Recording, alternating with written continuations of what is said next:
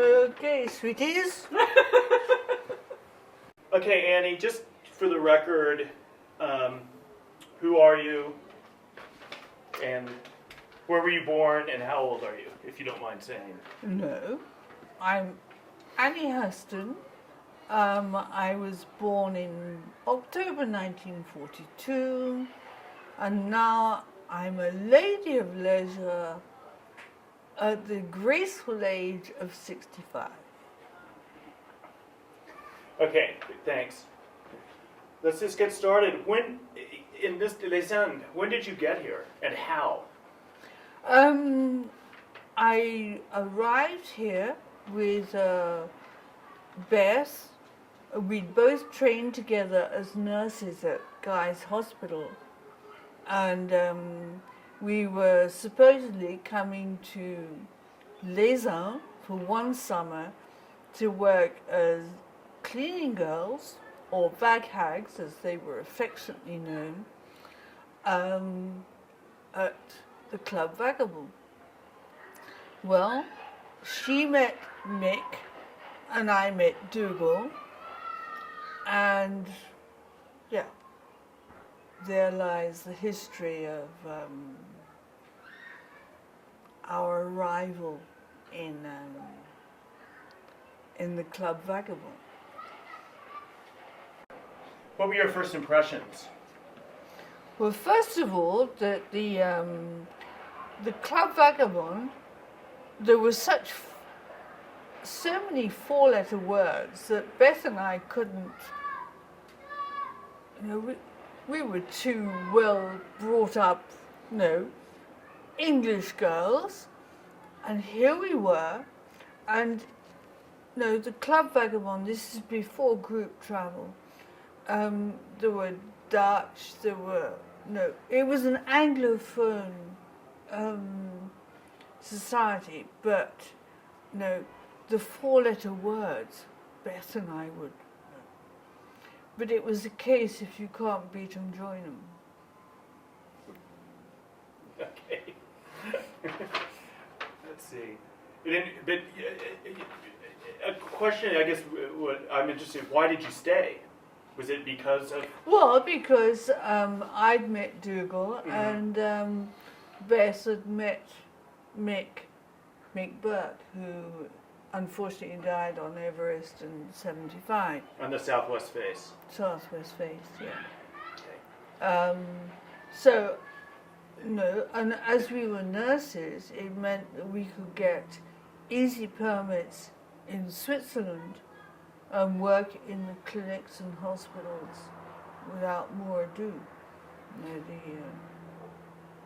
So, for you and Beth both, it was more or less a matter of love at first sight? Yeah, absolutely. Mm-hmm. So what turned out to be one single summer, for me, turned out to be 23 years. It's not bad, actually. And for Beth, slightly less, but then I think she left in, just before the 75 Everest expedition. Quite a time.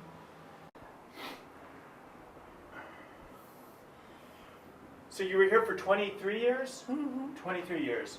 And most of the time that you were here, you worked as a nurse? Yes. Exclusively, in town? In Lausanne, and afterwards at the University Hospital in Lausanne, because the work was more interesting. And what kind of work did you do? In Lausanne, I was working in neurology, Pipistrasse. In fact, the professor who was head of the urology was called Professor von Pipi. But it was an interesting experience.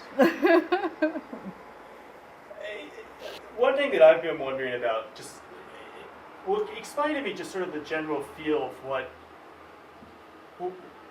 how would you sum up the Vagabond Club? Other than the four-letter words. and again, I meant to, and I know you know this, to answer the question with the question. So I know. No, it was a superb place where we've made friends that are lifelong friends. It was essentially an Anglophone community.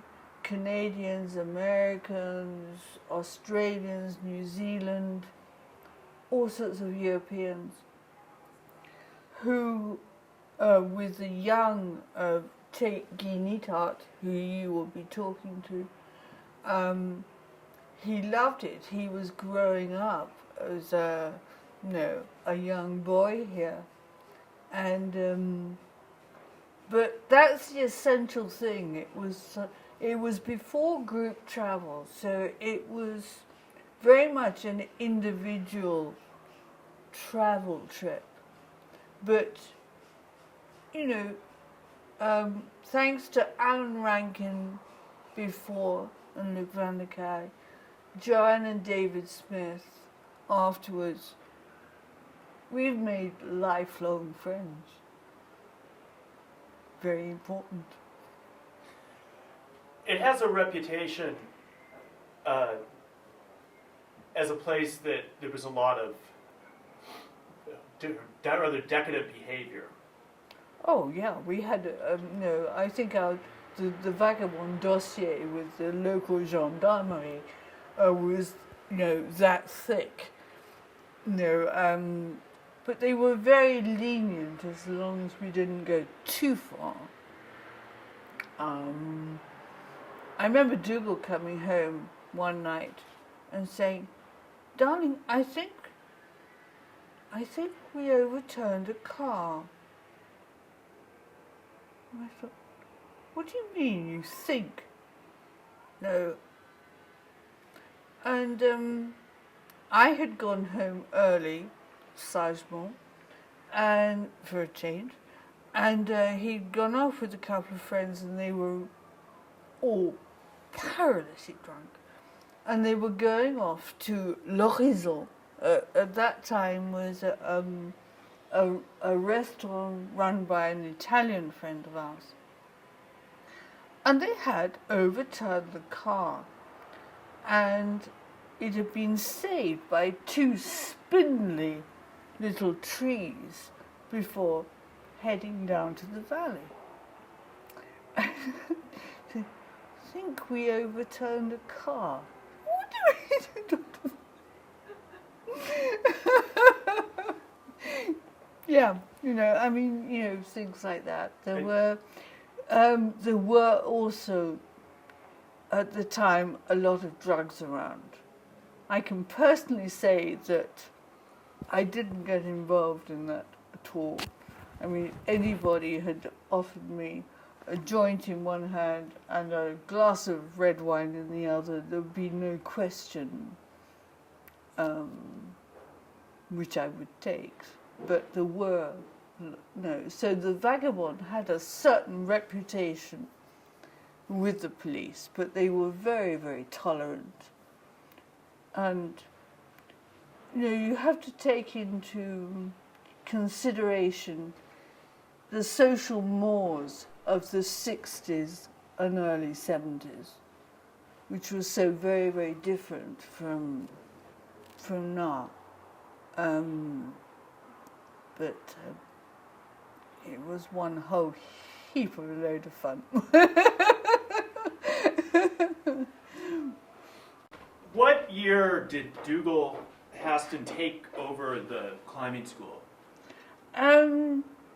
Well, when he arrived in '66, it was actually Don Willems who was director of the school. And then it was Dougal who took over the year after. Because when Dougal first came to Les Armes, he had had hyperbaric oxygen treatment together with Chris Bonington after the Everest route. Chris had frostbite to his toes and Dougal to his fingers. And so they were treated, with this hyperbaric oxygen. Poor other patients, can you imagine Dougal and Chris Bonington in.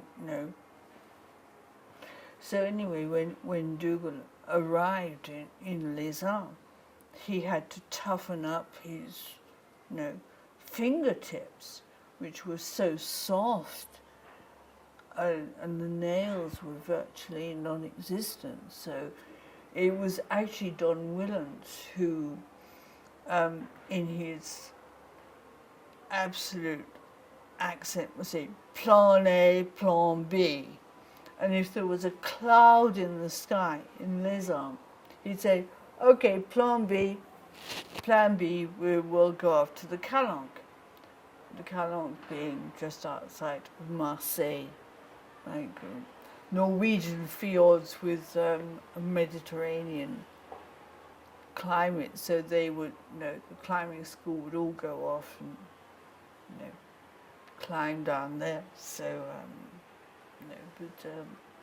and then Don decided that wasn't really his work at all, and so Dougal thought, well, why not? I'll take over. And that was in '67? Yeah. Okay, and you arrived 66. 66. So you were already dating him. No. Oh, I mean, Dougal and Mick, saw Beth and I, and it was tonk tonk. It's just a. It was basically a shy character, taken as a national myth. I'm sorry, just look at me this way, even though Julie's asking the questions. I'm sorry. Oh, I that's fine. That's fine. Okay. Back on track. So let's just start over with that, and we'll fix it in the edit. About the conversation that you two were just having. Let's just start at the beginning. Okay. What was the beginning? Well, I had mentioned that he was such a charismatic rock star character, and that the women were all over him, and they were, but he was basically a very shy character, socially insecure, which bypassed a lot of people's attention because and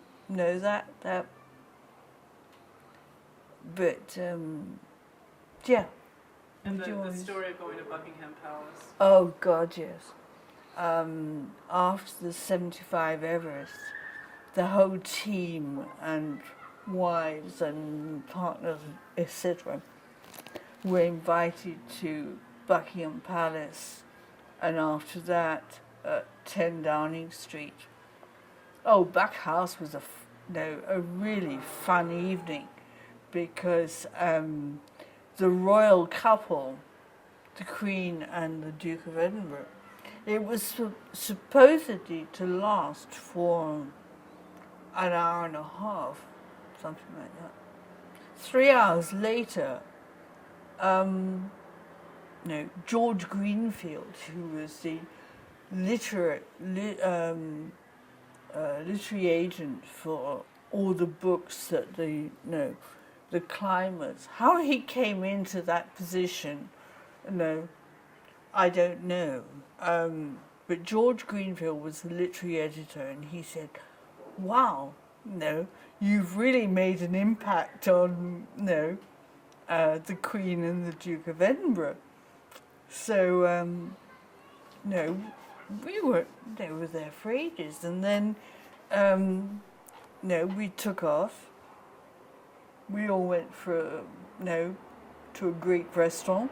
Not the Queen and the Duke of Edinburgh. They were travelling up to Sandringham or wherever it was. But Dougal would sort of sidle up to me. He was, very socially, shy, which he covered up very well, but it was there, of course. That's. So some of his what people perceived as arrogance and it wasn't at all. It was shyness. It wasn't at all. It was shyness. It was shyness and sociably, he didn't feel at ease. That's what people passed off as arrogance, when it wasn't at all, in fact. So what was it that drove He didn't suffer fools gladly. And he accused me of having the most sloping shoulders in the world, because everybody who wanted to get to Dougal would sob on my shoulders. No. Yeah.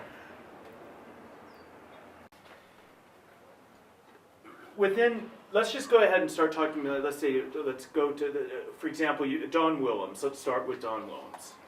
Okay. Don Willems is beyond description. He was a character so unique. You could not do anything about Don. Come up and listen to my radio. That was his chat-up line.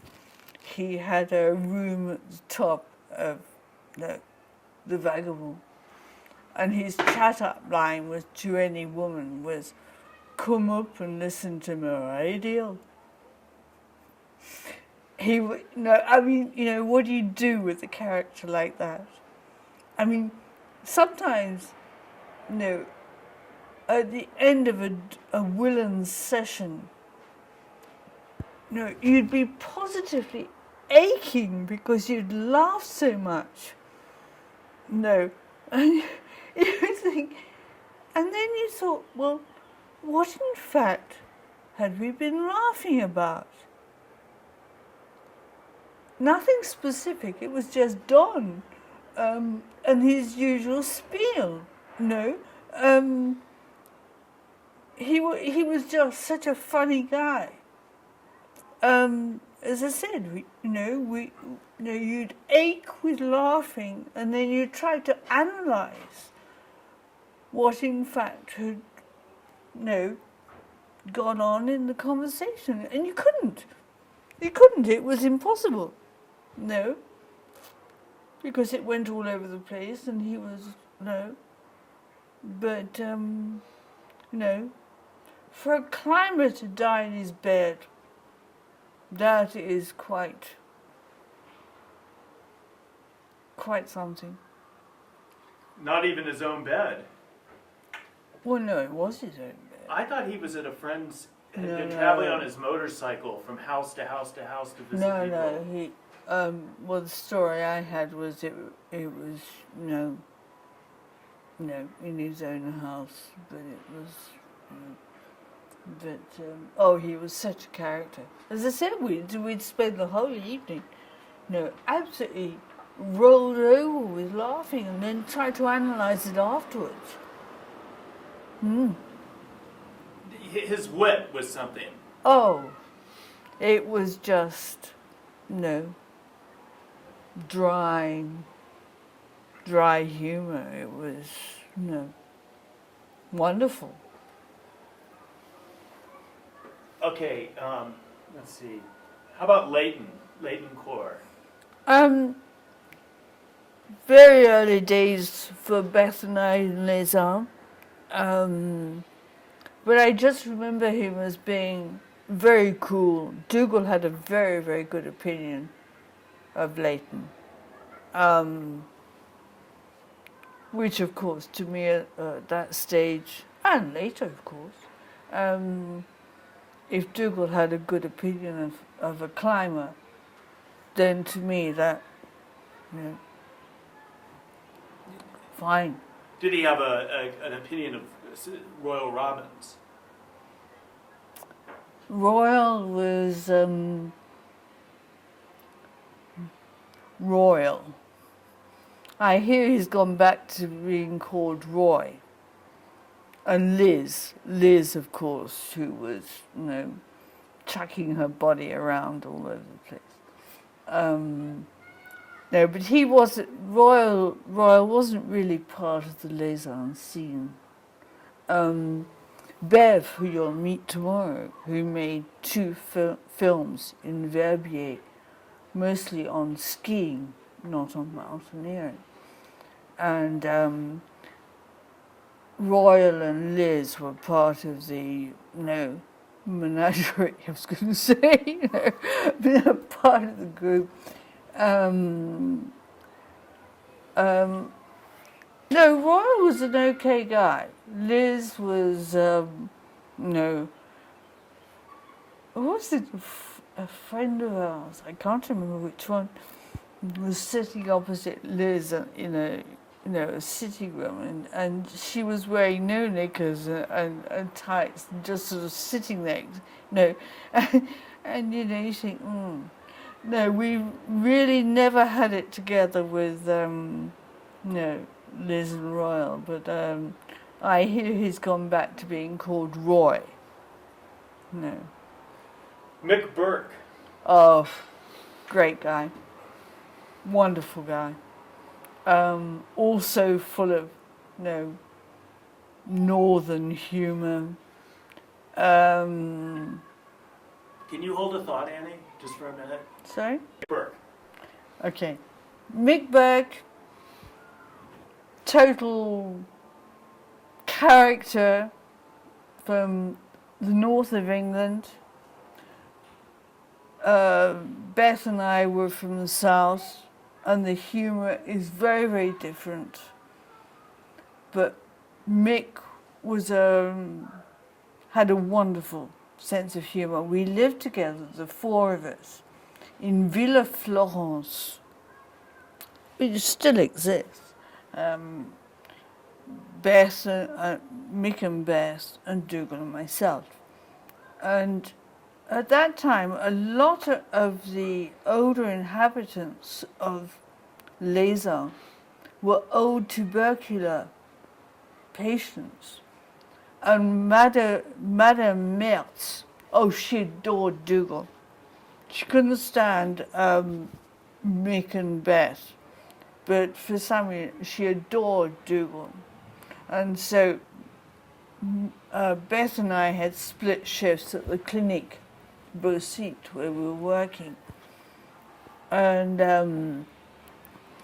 so we'd come home at 12:30 and be back at 3:30 and expect to sort of cook a meal for the boys. And Madame Mertz was very arthritic. Adam Mertz, her husband, had a mistress. It was all very open and what have you. But we'd get back and we would hear her voice saying, Dougal! Dougal! It was really funny. So, but she was, and one night, the boys, if they were out drinking at the Vag, the club, the door to Villa Florence would be locked. And so the boys would, climb up onto the balcony. And there was one day when Dougal misjudged the balcony and arrived in bed with Madame Mertz.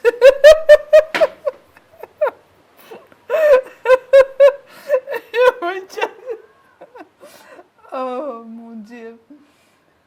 Which, we were on the 2nd floor and she was on the 1st or something like that, but it was just, he mistook the floor. These are so much memories that are coming back from all these years ago. It's just, Let's think. Who else we can talk about? Anybody that comes to mind for you? Oh, going back to Mick. Okay. There was one time when they were setting off to do the Matterhorn, and it was winter, and no, Mick had been out with the show because they had a VW bus, and all the climbing gear went into whatever. And Mick cleared, the whole way of snow so that, they could get the bus out and go down. In the meanwhile, the snowplow had, come by and of course drowned the VW bus all in the snow all over again. We won't record Mick's vocabulary at the time. But can you imagine, he'd spent all these hours, clearing the bus from all the snow. And then the snowplow comes back and, hola, hola. So, you've known Chris Bonington since 1966. 66, I'm yeah. assuming since Yeah, after the Iger. yeah. And he's a knight now. Sir Christian Bonington. Well, what about Sir Christian Bonington? He's a great guy, I love him.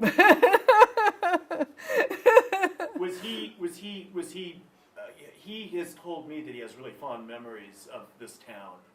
Oh, yeah. And of the Vagabond Club. Oh, yeah, yeah. So he was here. He was a part of this. Oh, yeah. He stayed with us, and, we... what did we do to him one day?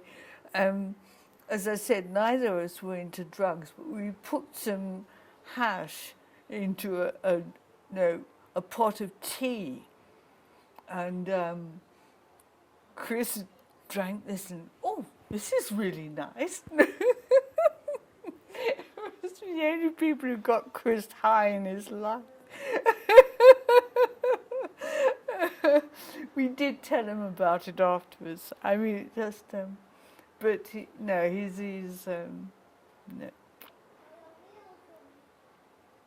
A good friend. Absolutely. Yeah. No. Okay. So Bev Clark, from what I understand, funded the school. Oh, yeah. He was the money behind. He inherited his money through his grandfather, who invented carbon paper, which of course no one ever knows. Anybody above a certain, below a certain age doesn't even know what carbon paper was. So he inherited a hell of a lot of money.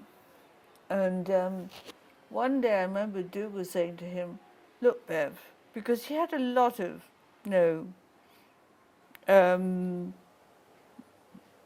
false friends who were after him just because he had money.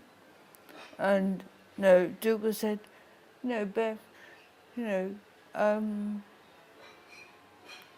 don't have to buy your friends. They're there or they're not. And which is true. I mean, Bev's a good character. But in the end, he was drinking himself into oblivion, which at that time in Les Arts was not too difficult. And Marinette said, okay. So they went to what at the time was Rhodesia, which is now, of course, Zimbabwe. And he made films for the Rhodesian Tourist Office. Marinette worked for a tea import-export company. And I went to visit them. Instead of going to Nepal as my usual, route, like turn left at Aigle, you turn right at Aigle. And so I went to Zimbabwe in 1980, which was just when Zim got its independence. And no, they'd fought through the Civil War and everything else. And they came to meet me at Harare Airport, in the morning. And I stayed in their house, and no, it was great. But when they could see the way the country was going, they said, well, we arrived with 2 suitcases, we'll leave with 2 suitcases. No, they were both approaching, I think, at that point, 40 years old. So if they wanted a career in front of them, that was the decision, and a good decision as it happened, because, for Bev to be head of news at Télévision Suisse Romande as a foreigner, I mean, the French are pretty chauvinistic, but the Swiss, to have a foreigner, he must be, shit hot at his work. I mean that's. So when I say you're meeting him tomorrow, he's a professional.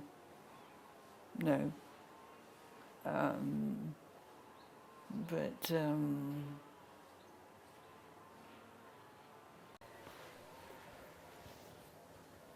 Okay. All right. can I speak now? You may speak. So I didn't hear anything out of these. It's okay. No, Blythe is a very good friend from way back. He's recently been operated on for a brain tumor, and carried on the treatment for radiotherapy and chemotherapy, which he tolerated extremely well. And they gave him a month off and said that they'd do a scan before they continued. And I think he's in Europe now.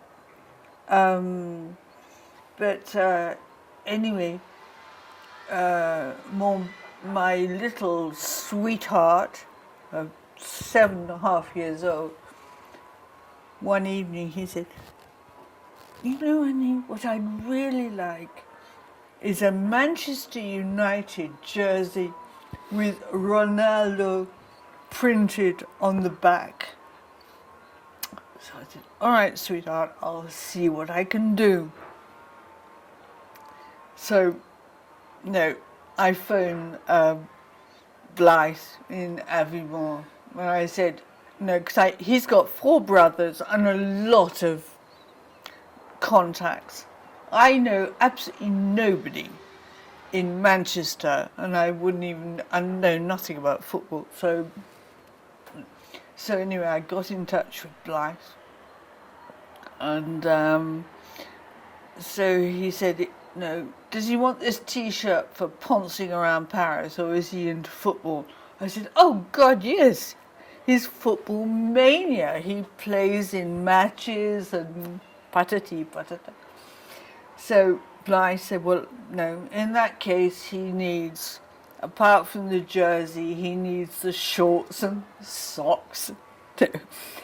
And so I gave him, the little one's home address, because I thought for him to receive the parcel in his name in Paris, he was just over the moon.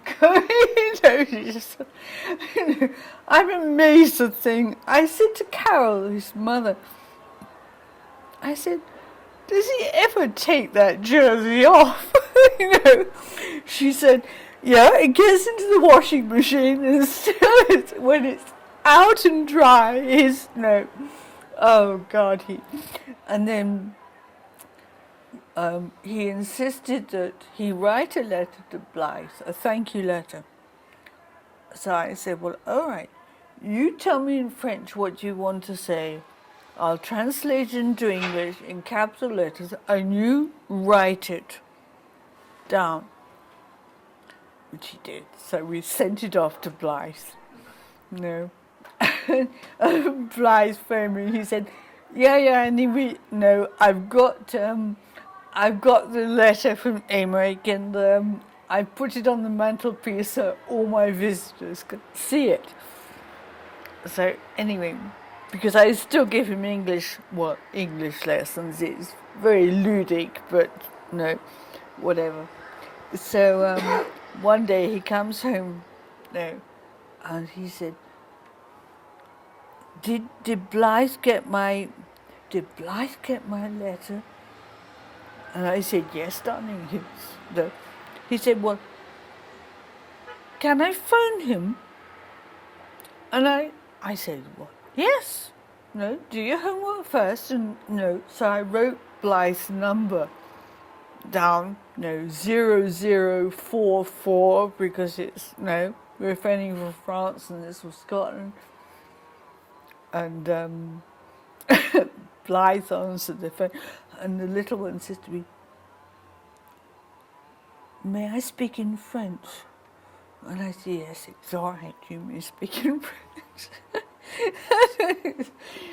So he's thanking Blythe for sending him his,